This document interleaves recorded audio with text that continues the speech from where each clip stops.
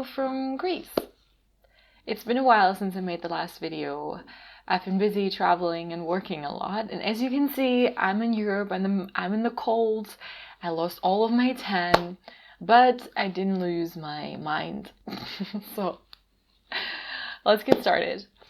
We're going to talk about spirituality as a mechanism of avoidance. I see this pattern in most spiritual circles. There are always these people who use spirituality and who use their spiritual practice, such as yoga, meditation, sound healing, all of these things, as a way to transcend themselves, to reach higher states, to get out of their body and get rid of their pain and to become their higher selves. The problem with that is that it creates a huge polarity inside of yourself. As soon as you're trying to become something else, to get rid of something, to get out of something, you are actually creating a polarity inside of your being. And this is very, very harmful because we are meant to be whole. We are meant to be integrated human beings because we are meant to reflect the wholeness and the truth of this universe, which is oneness.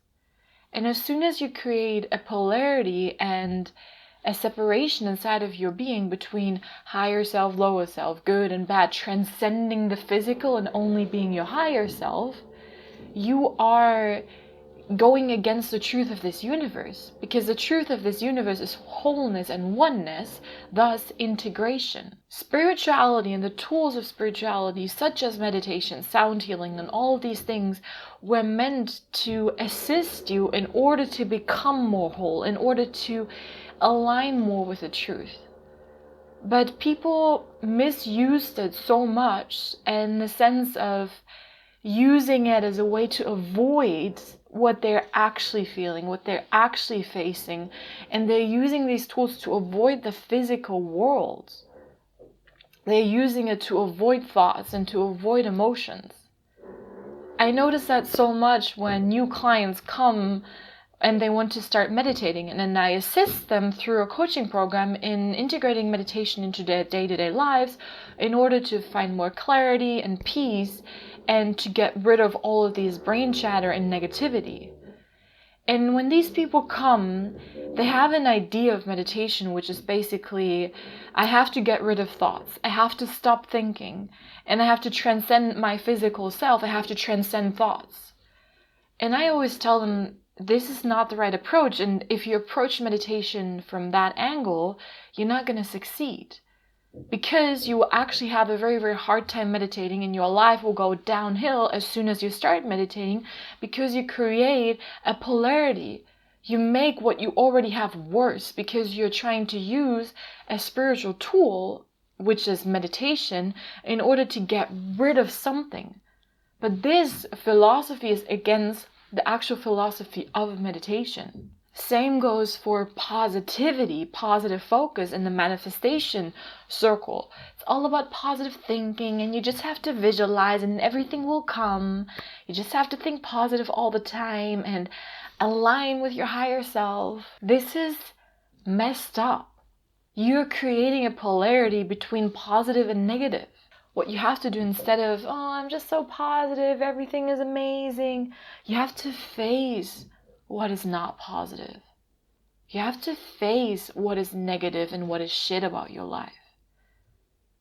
This is the only way of how you can truly, truly change your life, is by facing what sucks and not using spirituality in order to avoid it and try to push it further away and not face it at all. Spirituality is meant to integrate, to heal, to help and assist you, not to create a polarity. So with all of your practice, with all of the practice that you do, basically with any activity that you do, ask yourself, am I trying to run away from myself? Am I trying to avoid something here? And you can check in with yourself in your day-to-day life. As soon as you feel a negative emotion, which is a signal that there's something going on, as soon as you face this negative emotion and you have this mechanism of I have to change something, I have to meditate now, I have to positive focus now, this is wrong, this is bad, I'm not supposed to feel that, I'm not supposed to think that, you are coping, you are on the path of avoidance, and you're going against the truth of this universe, which is integration, oneness, wholeness. So instead of using the same tool that you want to use to distract yourself, to avoid it, use the very same tool to actually face how you feel. For example, if you feel a negative emotion, you're like, okay, I have to go to the sound healing now to lift my vibration. I have to go to an energy healer to lift my vibration. You're going to say, okay, I'm actually going to go to the sound healing to face my negative emotion. I'm going to go to the energy healer to face the negative emotion and to integrate it, to bring it up, to bring it all up into the surface in order to face it. All of these negative emotions and these negative thoughts that you have are little signs. They're a little like, hey, something is off, something is wrong. Can you please look at me? So look at it. Look at it. There's nothing wrong with negative thoughts. There's nothing wrong with negative emotions. You just have to learn how to be with them, how to use them, how to allow them, and how to learn from them. If you only go on the path of spiritual bypassing, of spiritual avoidance with these tools, you're never going to change your life.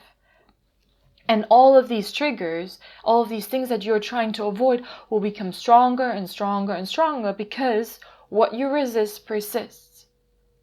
But if you truly want to change your life, you have to look at what is actually annoying you, what is actually triggering the negative emotion. You have to look at the negative emotion, you have to look at the negative thought and take the lesson from it.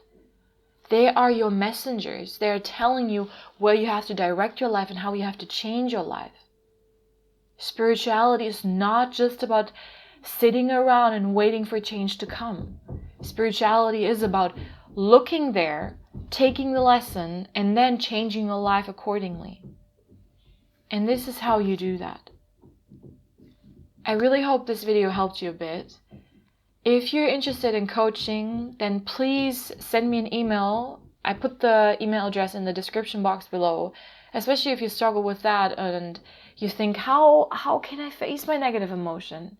Maybe I feel numb, or maybe I don't even feel them, or I don't know what to do with them. I have so many negative emotions, I have so many negative thoughts. I don't know what to do with them. Then I'm here for you. Please send me an email. You can get a free 30-minute consultation and we see if I can help you. And we go from there.